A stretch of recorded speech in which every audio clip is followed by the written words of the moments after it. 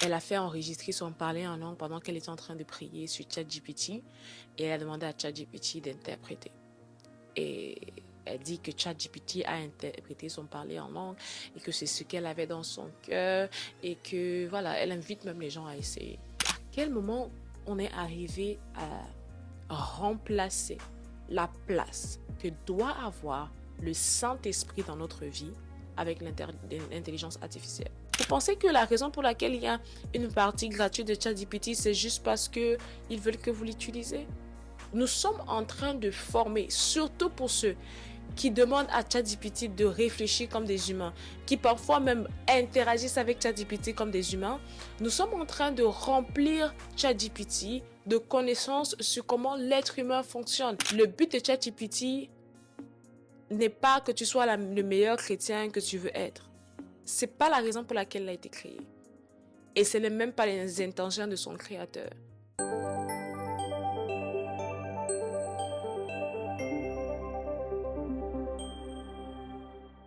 C'est l'esprit de Dieu. En réalité, en l'homme, c'est l'esprit qui donne l'intelligence. Je crois que là, vous allez retrouver ça dans le livre de Job.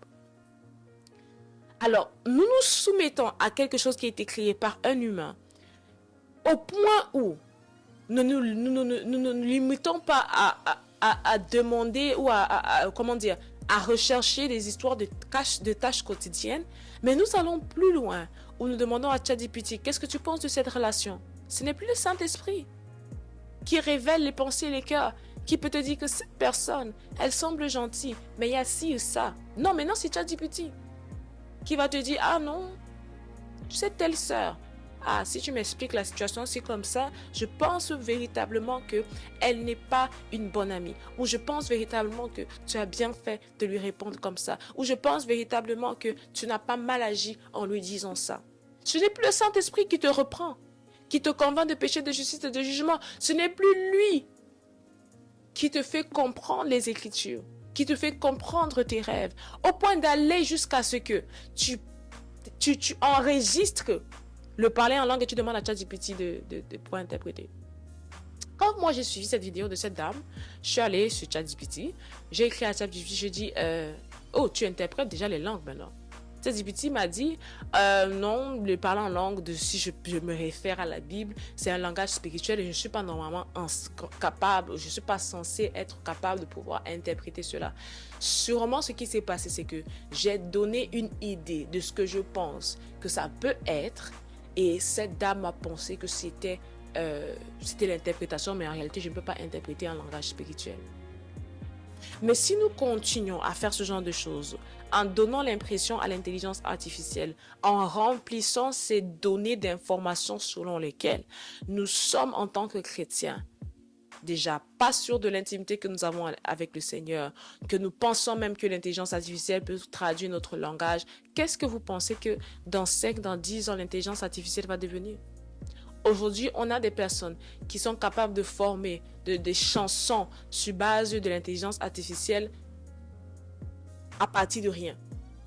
De faire des générations d'IA qui semblent tellement réelles que tu peux même avoir l'impression pendant un instant que ce sont des êtres humains. Et encore, là, c'est à sa phase, c'est encore à sa jeune phase. Comme je dis, dans 5 ans, 10 ans, qu'est-ce que ça va devenir? C'était tout beau avec Google lorsqu'on cherchait un verset biblique et qu'on tapait. Mais où est-ce qu'on s'en va ici? Si on ne fait pas attention, si la parole écrite de Dieu n'est pas dans notre cœur, si notre intimité avec le Saint-Esprit n'est pas primordiale, je suis désolée, mais ça va créer de véritables dégâts dans soi-disant des chrétiens de la génération à partir de 2025 jusqu'en 2035 et beyond et au-delà. Faisons attention en tant que chrétiens. Ayons la pensée de Dieu. Regardez ce qui se passe dans le livre de, je pense au commencement, dans le livre de Genèse, lorsque au temps de Noé, des fils de Dieu, ou encore on va les appeler des anges déchus, viennent pour avoir des relations sexuelles avec des humains et qu'à son temps, il y a ce qu'on appelle, je pense, des anakim. Noé était le seul qui s'est gardé, qui s'est mis à part, qui ne s'est pas mélangé avec ce qui se passait en son temps. Et la Bible dit qu'au retour quand le Fils de l'homme viendra, ce sera comme au temps de Noé. Faisons attention à ne pas moderniser tout. La foi chrétienne, notre intimité avec Dieu, ne doit jamais être remplacée par qui que ce soit, par une intelligence artificielle, par un être humain, même par des hommes. C'est-à-dire que Alicia n'est pas devenue ton interprétatrice des rêves. C'est pourquoi, en fait, parfois on met les gens dans des positions qui ne sont pas les leurs. ChatGPT n'a pas été fait pour ça. Pour que toi, maintenant, ce soit ton compagnon, soit ton ami. Je sais que ça semble attrayant. Peut-être, Alicia, tu abuses. Les hommes, les êtres humains ne te comprennent pas. C'est normal, c'est une intelligence artificielle. Elle fera ce que tu veux qu'elle fasse. En fait, tu es juste en train de créer le modèle de ton idéal, de qu'est-ce que tu attends. C'est pas que ChatGPT te connaît trop et qu'il t'aime trop et qu'il connaît trop tes valeurs, tes principes et il s'adapte à ça. Non, c'est que tu formes un robot, un toutou, par les informations que tu remplis qui te disent ce que tu veux entendre. Parce que ChatGPT, il ne va pas te rebuke. Et si même il le fait, il va le faire avec beaucoup de douceur et de gentillesse. Et il va te présenter ça comme une option et jamais comme une obligation. Mais la parole de Dieu, elle va te rebuke. Le Saint-Esprit va te rebuke. Il va te dire les choses comme elles sont, pas comme tu veux les entendre. Donc, posons véritablement des limites que nous voulons donner à l'intelligence artificielle. Faisons attention à ce que nous remplissons. Faisons attention à comment est-ce que nous devenons dépendants des relations avec des personnes qui ne sont même pas des personnes, qui sont des instruments pour qui le créateur de ces choses a une pensée. Je vous assure, si vous regardez véritablement des vidéos en ce qui concerne l'intelligence artificielle, leur créateur et tout ce qui va autour, vous serez choqués. Ne soyons pas juste des consommateurs ignorants et juste là pour consommer le produit sans se poser les vraies questions. Bientôt, l'intelligence artificielle, les gens vont commencer à générer des vidéos de soi-disant pasteurs qui n'existent pas dans la vie réelle, qui vont dire des choses qui n'existent pas dans la Bible. Et à cette allure où nous sommes véritablement sur les réseaux, en ligne, dépendants de Dieu, de ces choses, pas de Dieu, nous allons même plus savoir qu'est-ce qui est vrai et faux. Parce que tu n'as même pas toi-même de propre intimité avec Dieu. C'est un temps. Et ce sont des saisons où nous devons faire tout, pour chérir, pour préserver, pour garder, pour entretenir notre relation avec Dieu. Moi-même maintenant, je vous assure, il y a des fois, je lis la parole de Dieu sur mon application et j'ai l'impression qu'il y a quelque chose qui a changé ici. Même sur les applications, il faut faire attention. C'est pourquoi, heureusement, j'ai ma Bible papier qui date de plus de 10 ans maintenant. Notre pasteur dit souvent ça, comme ayez vos Bibles papier aussi. Connaissez la parole. Serrez-la contre votre cœur. Aimez le Saint-Esprit. Que ce soit notre partenaire. Aimons le Saint-Esprit. Refusons la facilité. Parce que c'est Dieu d'aller demander à Dieu. Il va me répondre dans 10 ans. Il va prendre son temps. Et puis s'il ne me répond pas, depuis j'ai demandé, mais je pars demander à ChatGPT. Il faut qu'on se répande. Si tu fais partie de ces personnes qui a fait ce genre de choses, il faut se repentir. Sérieusement, il faut qu'on demande pardon à Dieu. Il faut qu'on demande pardon à Dieu. Il faut qu'on demande pardon au Saint-Esprit. La Bible dit, n'attristez pas le Saint-Esprit de Dieu pour lequel vous avez été scellés pour le jour de la rédemption. Faisons vraiment attention. Faisons attention. Faisons attention. Faisons attention.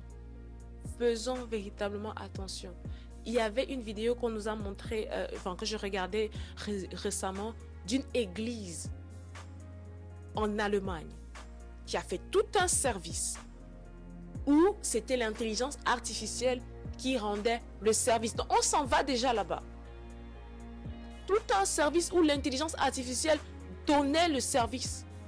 Et les gens à la sortie du service comme vraiment c'était très instructif. La seule chose peut-être qui manquait, c'est le côté émotionnel. Donc ton problème n'est pas que ce soit un homme rempli de l'Esprit de Dieu, qui te parle de la parole, mais ton problème, c'est que, bon, il manquait un peu d'émotion parce que c'est l'intelligence artificielle. Il manquait un peu que ça relate, que ça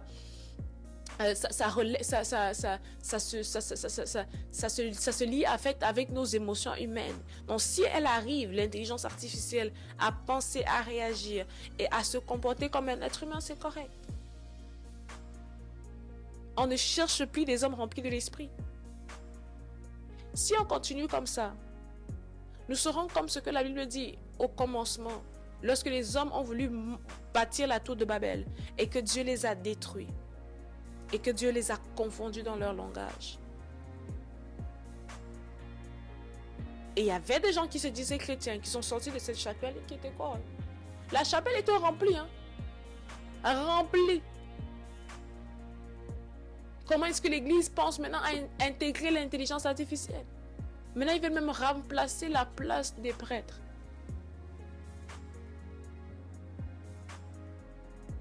C'est grave. C'est grave. C'est grave. Et nous, enfants, en tant qu'enfants de Dieu, je sais que parfois, on veut aussi être un peu à la page, utiliser les avantages que nous avons et puis se faufiler un peu, mais faisons attention. Faisons attention. Est-ce que nous sommes encore sensibles à la voix du Saint-Esprit? Est-ce que nous sommes encore sensibles à l'Esprit de Dieu qui nous parle dans toutes les choses que nous faisons comme action? Est-ce que nous le consultons ou est-ce que maintenant nous préférons consulter notre ami ChatGPT?